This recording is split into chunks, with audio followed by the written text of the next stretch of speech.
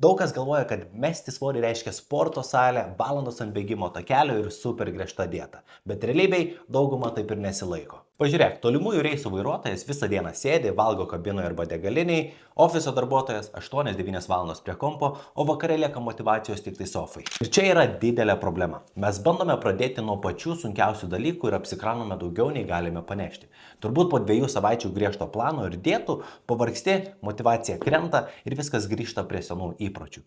Ypač jei esi pradedantysis. Bet mokslas sako kitaip. Paprasčiausias žingsnis į sveikatingumą ir svorio metimą yra tiesiog žingsniai. Valanda greito ėjimo sudegina apie 300 kalorijų. O žmonės, kurie nueina bent 8000 žingsnių per dieną, sumažina mirtingumo riziką beveik 40%. Be sporto salės, be monumentų, be dietų. Tad jei nori pradėti mesti svorį, nepulk prie sudėtingų planų, pradėk nuo vaikščiojimo. 8-10 tūkstančių žingsnių per dieną - paprasta, realu ir moksliškai įrodyta. Pasek mano profilį, pasidalinsiu daugiau gerų bei paprastų patarimų, kaip pagerinti savijautą. Iki kito karto.